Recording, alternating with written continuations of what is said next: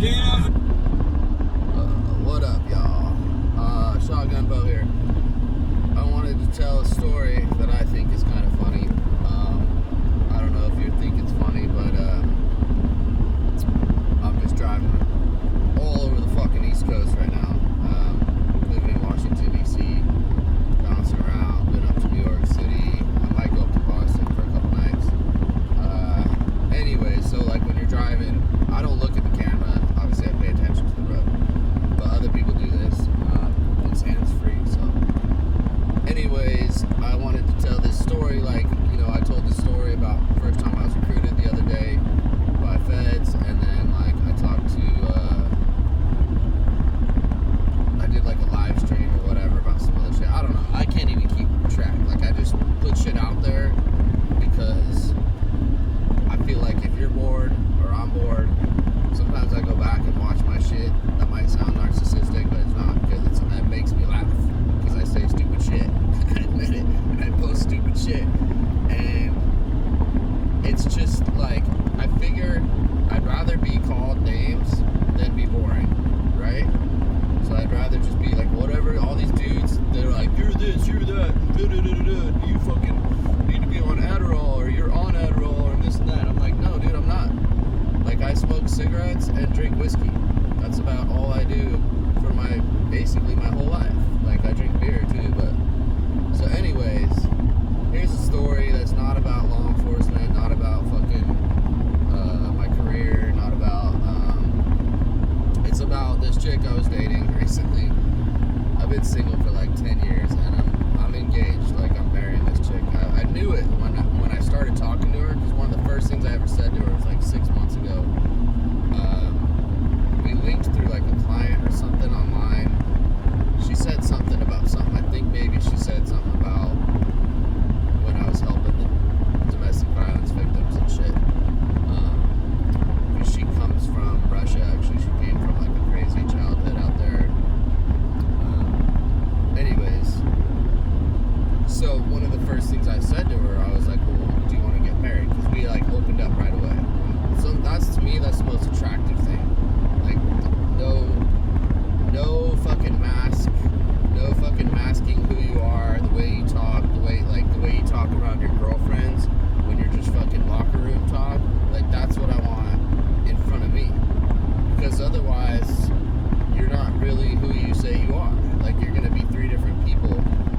Which we all have to wear different hats and put on different personas, and like, you know, you work in a salon or something, you're gonna have to be like, oh hey, da da da da, and then you're gonna go home and be like, fuck that bitch, whatever, you know, like. So that I understand that part, but she opened up to me like right away. Like, she was telling me about her childhood. She was telling me about, you know, past loves, heartbreaks, like all these things. Like, to me, I was like, oh my god, like this is what I've been waiting for. Like, I don't want to have to like break down your walls or like, you know, pick apart like who you are to find out who you are. Like, that to me is just like hands down the most attractive thing. Like, it's like, it's so rare.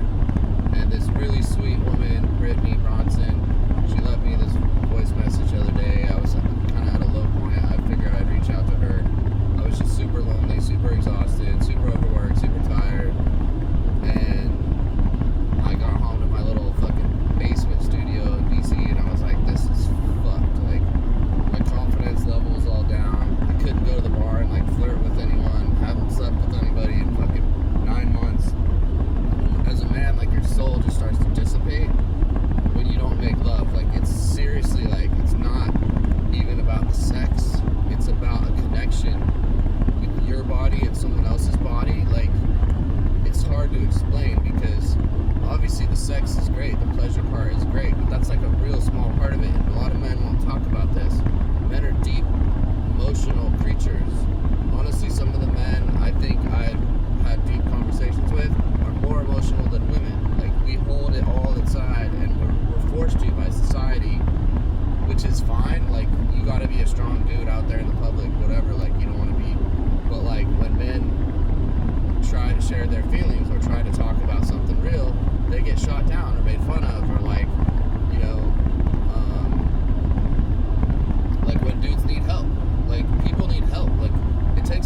village. Like, it's funny, like, you know, people go out of their fucking way to help celebrities and shit. Like, Ben Affleck goes to fucking rehabs, drug rehabs all the time, and they come out of there and they're like, we're so proud of you, Ben. And it's like, somebody like me, if I go do that, it's gonna be the opposite. They're gonna be like, fuck that, dude. Pull yourself up by your bootstraps. You don't need help. Like, you don't need a fucking week off, 3 hots in a cot, and fucking some lady, you know, whatever. I'm sure his fucking rehabs probably have private masseuses come in there and massage him, and it's like a fucking day spa for a woman is like rehab for men or whatever. Like, it's really strange.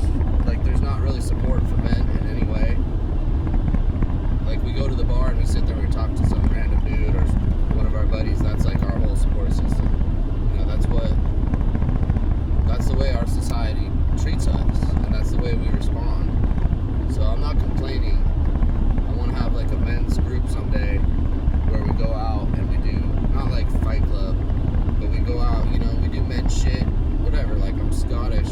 We like throw rocks around and fucking huge tree limbs and shit, like, to get the fucking physical part out. Maybe some boxing, light sparring and shit, and then, you know, like Spartan training kind of shit. And then we go make each other fucking lunch. Like, we have some big old fucking thing where everybody's contributing, or like a potluck.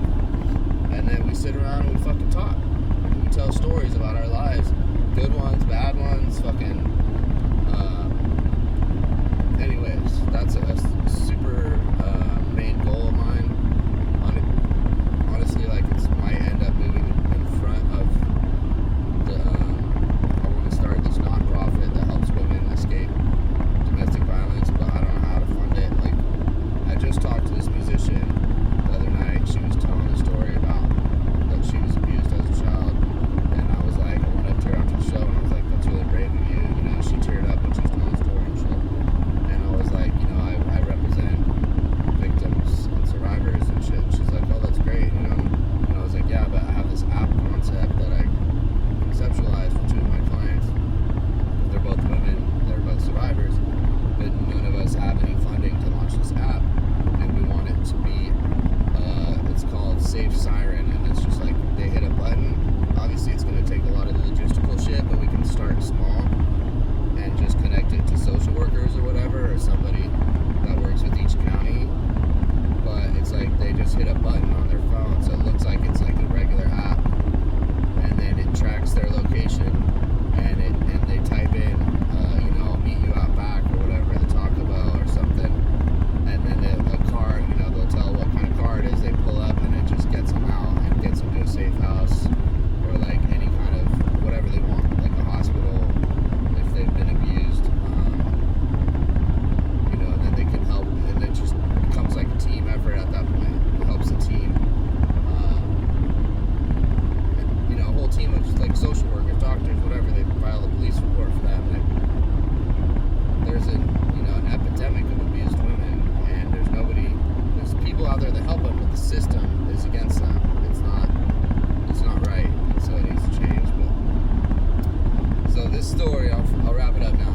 I was dating this chick.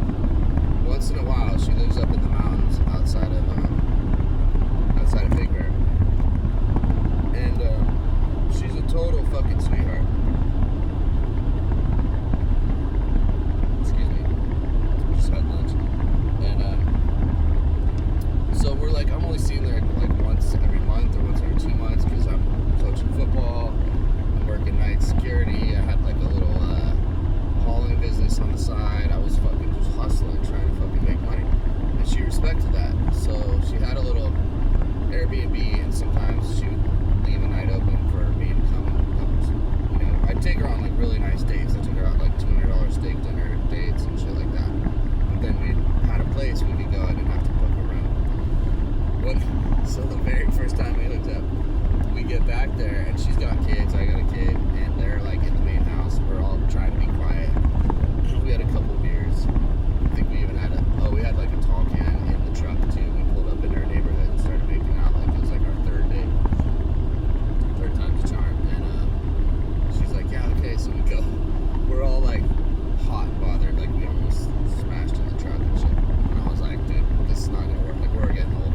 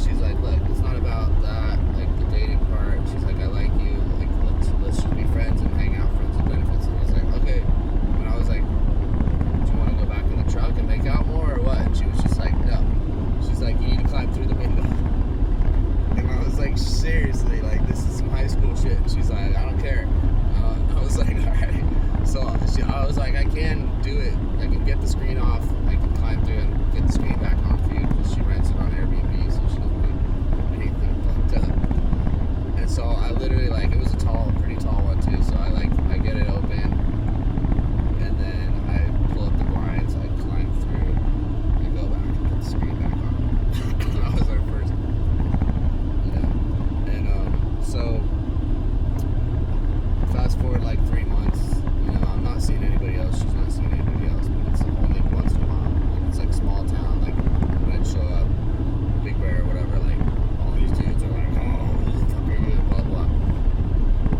So a little while goes by, right? We have like once a month thing for like 3-4 months, and a little while goes by, and I'm telling her, I'm like, look, I'm super busy, and I was going to NorCal at the time to see my family and shit, and I was like, I don't know when the next time is gonna be, and she's like, don't worry about it, and I was like, look, if you want to see other people, and she's like, mad respect, like, I don't think I'm going to, but if I do, like, yeah, let's be honest, if we do hook up with anybody else, I'm super like upfront about everything. I get tested in between partners too, but even if I just hook up once, I get tested. I could never live with myself if I fucking gave somebody something. So okay, so it's not even funny really. I guess the ending is funny. So a few months have gone by, we haven't seen each other, and she hits me up out of the blue. She's like, what up, where are you, blah blah, and I was like, well, actually going out to see my son tomorrow, and then I'll be coming back towards LA, passing through Big Bear area or whatever, it's kind of on the way. She's like, perfect, let's meet up. And so I'm like, okay, cool. I was like, I don't think I can do a whole date, like, it's fucking, I got bills and shit. I was like, we can meet at the bar, like, I hate to do that, like, I want to take you on a nice thing. She's like, it's cool. She's like, just come by the house, I don't have my kids or something. And I was like, alright. So I come by, and I had stopped at the bar and had one, and then I had like my gear in my truck, like all of my shit. I had my rifles in the back, I had my fucking other piece, I had my bulletproof vest. I had just come from working something where I was wanting to go deer hunting too out by Big Bear, but I had like shit in my truck. I was like, look, so if we do go out down to the bar, I can't have you in my truck. Like, I don't want the liability. We get pulled over, I have all my shit. They always fucking toss my truck. They're like, oh, why don't you? Not always. Sometimes I get a green light. Like, they're just like, oh, you're a fucking. I'm like, yes, sir. And they fucking wave me on. But the small town, like, white boy cops and shit will fuck with me sometimes. Sometimes. I've had some fucking, free passes, but I was under .08 anyway. So, we get to the bar. She drives, which is like super weird for me. I was just in my cousin's car the other day, and I think like I've driven at least 2 million miles in my life, and I've only been a passenger for like barely ever. Like I don't trust other people because I'm really fucking I don't know. I can't be a passenger, and so it's like really really hard for me to get fucking. Like, even if I ever ran for office or something and had some, like, personal driver or just black car, I'd be like, nah, dude, scoot over, I'm driving. Like, sorry, dude. It's the way it is. And, like, I'm hyper aware, so, I don't know. So she drives, and I'm like, this is super weird. She's got this big old truck. And we go to the bar, and she's a widow. So, like, I'm just gonna throw that in there. Like, her husband had passed a couple years before that. She had grieved and stuff, and then I had met her, and I was like the first guy that she was with after him. And maybe she had like one, like, I think she told me she had like one little thing to like whatever, I don't know.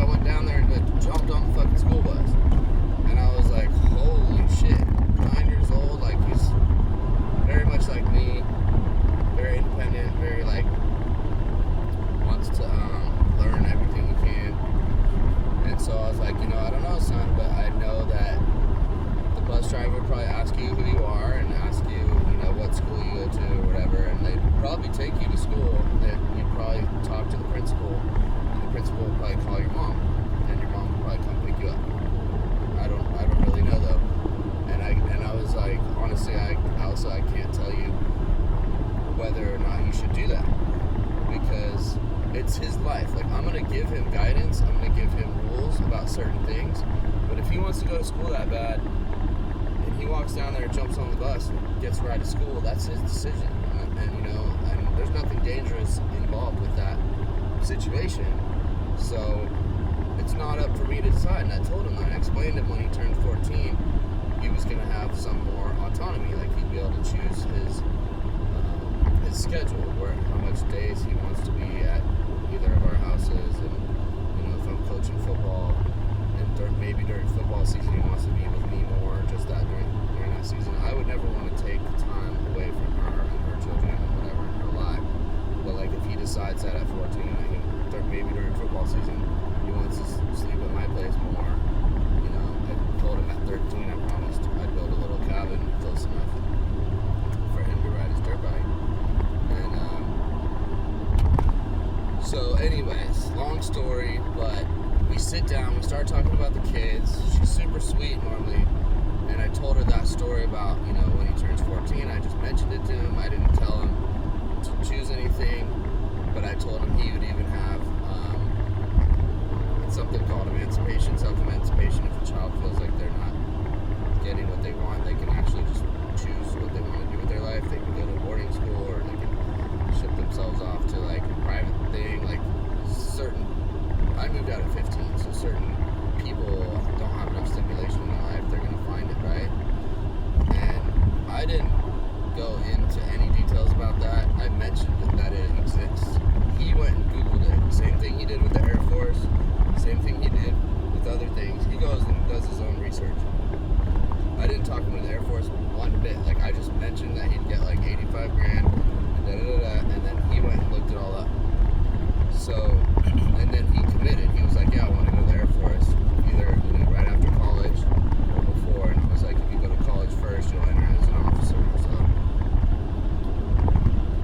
So we're sitting there, and she, like, I told her, like, yeah, I mentioned this story about the bus, which I was impressed. Like, I can brag about that as a father, like, him having independence and wanting to learn more, or have a different experience and be at school. And she promised that he could go to high school, or a private high school or something that has a football team. And so I sit down, I'm like, I think I took one sip of my Guinness, and I bought her cocktail or whatever. But I had left my card open, right? And I had I had my keys. So I left my phone and my card were sitting on the bar, right? And I go and I take one drink of my beer, and I just told her that story.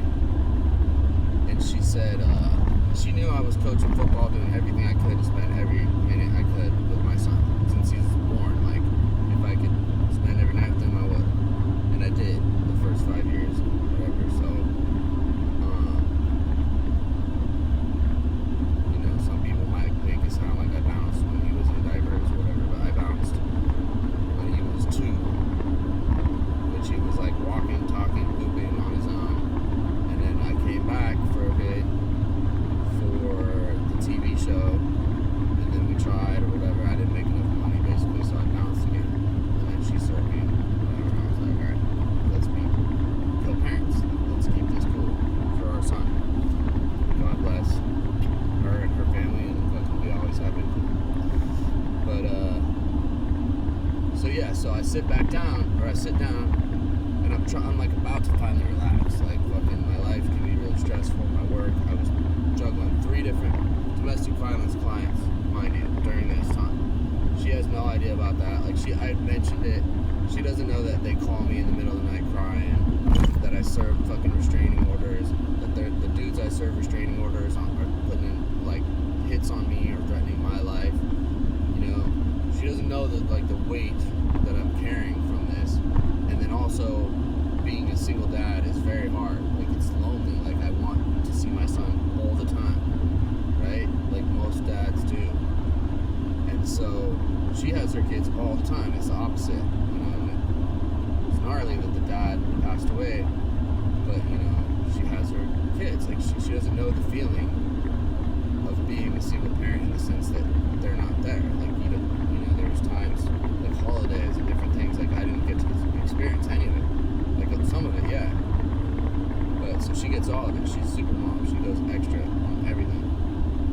Which is like, to me, that's the most important thing. Like I always wanted to be a dad, and nothing in my career, nothing in my like other parts of my life matter compared to that. And so she goes, I don't know what the exact word. It was something like, I don't think you're something about the way I was parenting my son about.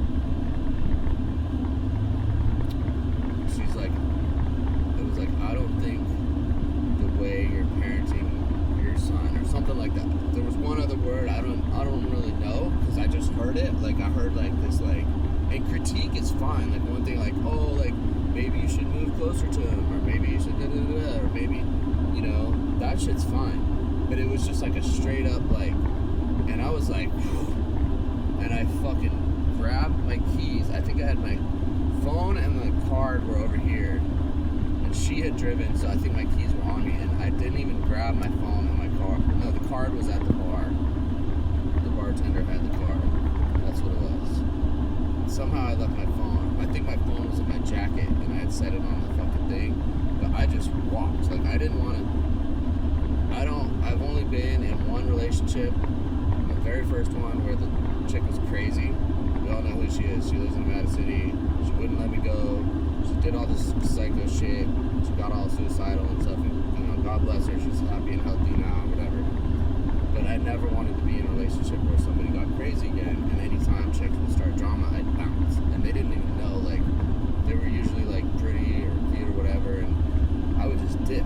Like if they did any drama, I just walked. I just grabbed my shit and I was like, bye.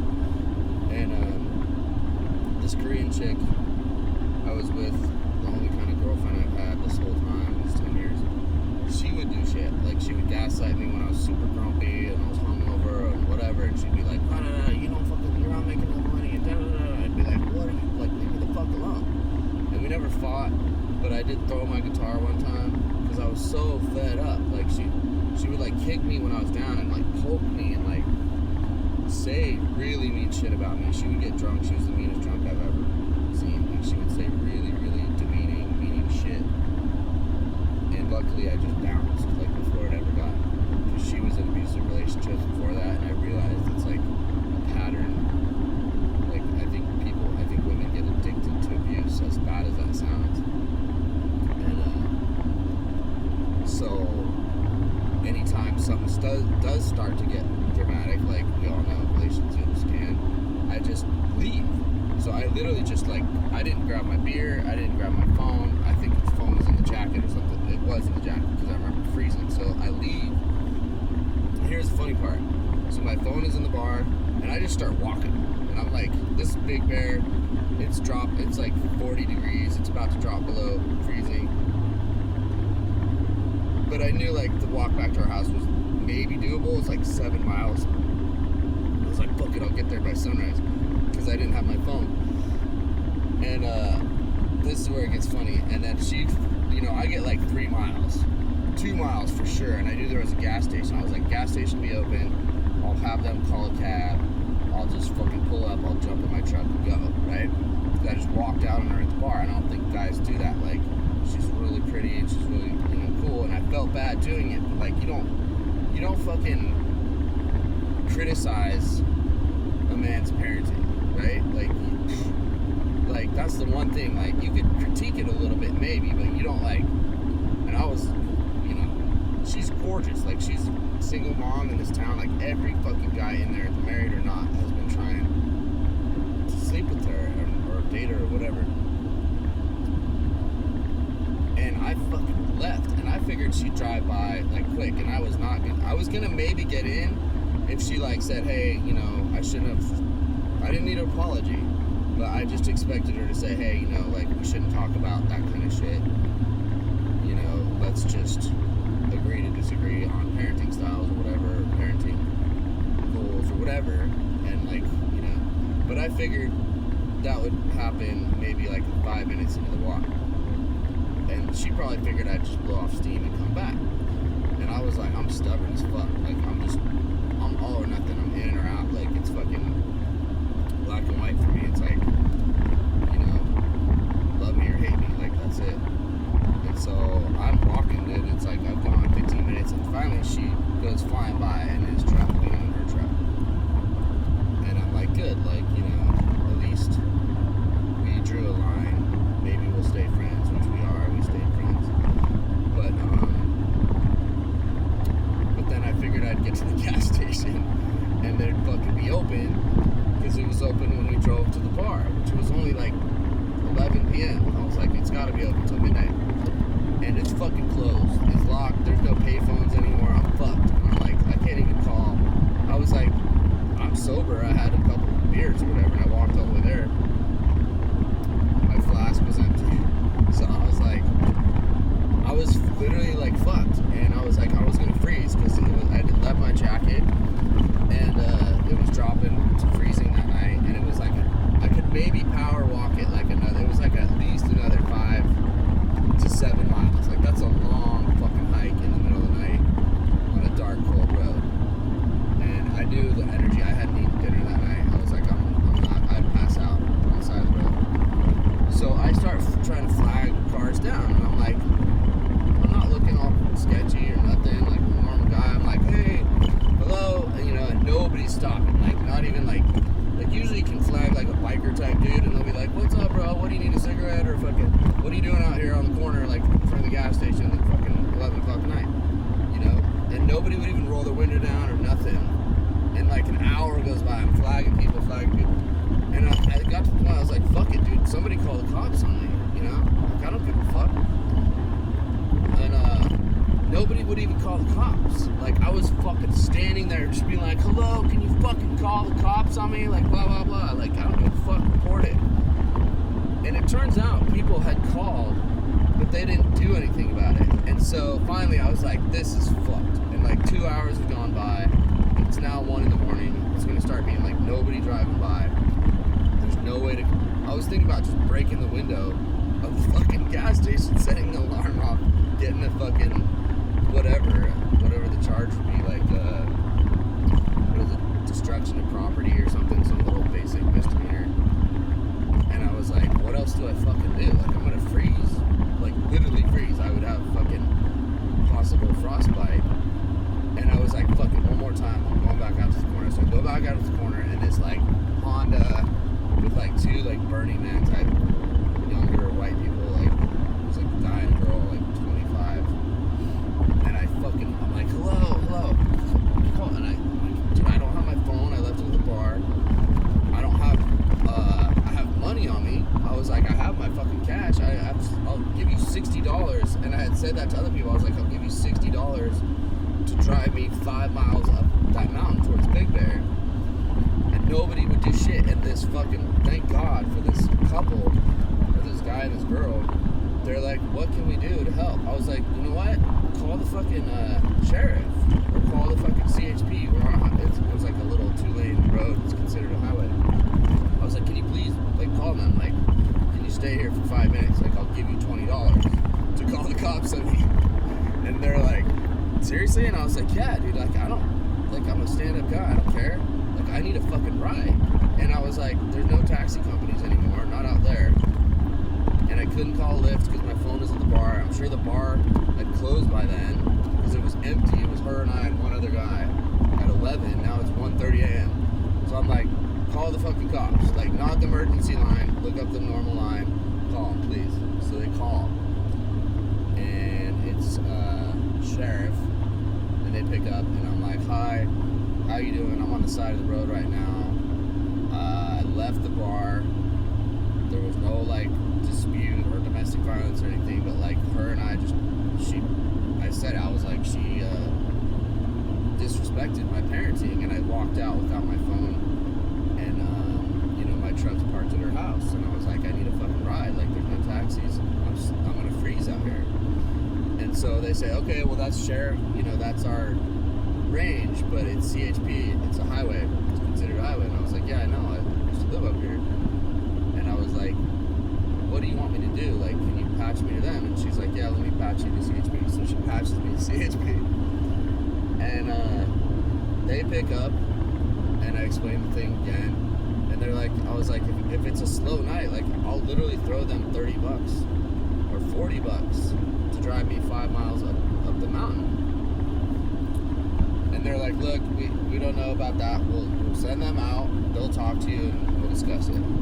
These dudes pull up, 2 CHPs, one younger, one older. Younger is like 30-something. The other one's like 50-something. They're like, what's up, dude? And I'm like, my phone's at that bar down there. I don't remember the name of it. The Rock, Split Rock or something like that. I walked out. She disrespected my parenting. I walked out, left my shit, my jacket and everything. Freezing, bro. And I was like, I need to get back to my truck. I was like, can you call AAA? Like, I'll use it. I have my AAA card, but I can't call them. My phone is there. And the gas station's closed. And they're like, you got anything on you? I was like, I got my pocket knife, my cuffs, my fucking badge, my thing. They're like, what? And I was like, yeah, I'm just a bodyguard, whatever. They're like, all right, hand me the knife. And I was like, so I handed my knife. He's like, jump in the back. And I was like, serious? I was like, dude, I'll throw you guys some cash. They're like, we can't take any money, bro. And I was like, well, dude, you guys are lifesavers. And they're like, yep. So the other guy he didn't even pat me down. I handed my knife, and he was like, got anything else? I was like, I got a flask, it's empty. And he's like cracking up. He's Irish too. He's like, yeah. He's like, I like your style, whatever. And I was like, so these fucking CHPs in a brand new Dodge Charger, which like the seats are fucking plush.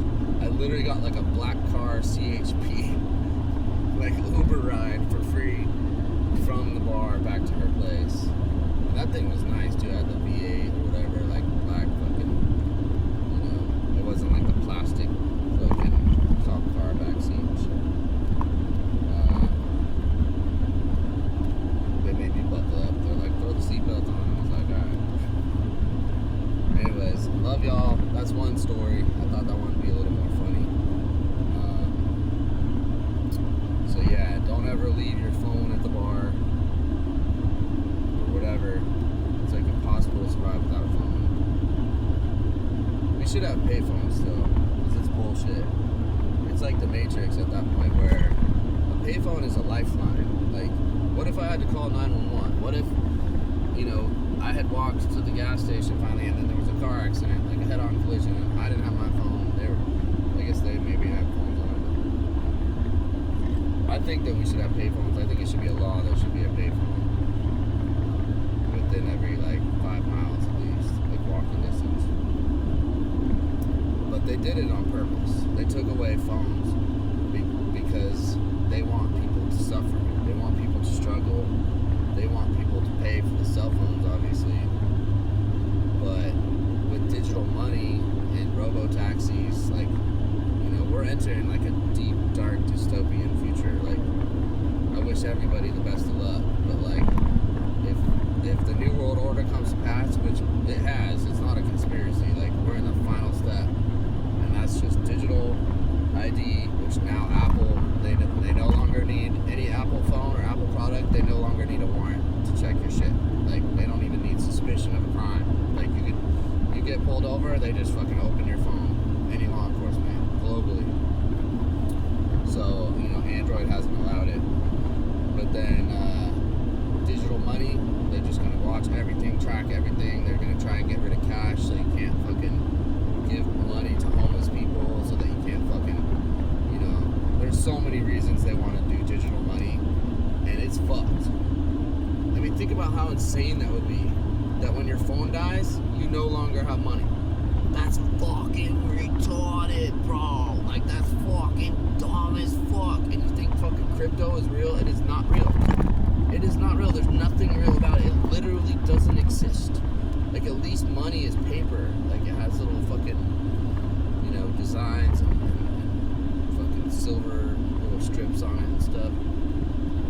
And I know the reason that the strips are in there. It's not just for identifying the bill. There's other reasons. But I don't talk about shit. I have secrets that I know about society.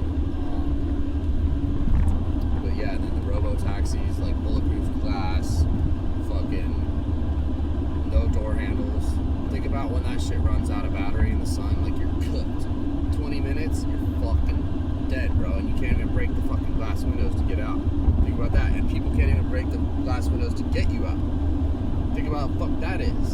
In a car accident, they can't even get the fucking windows open, even with a fucking sledgehammer, dude. Like, digital fucking little jail cells. Like, you accidentally walk on the bar tab, your robo-taxi takes you to jail.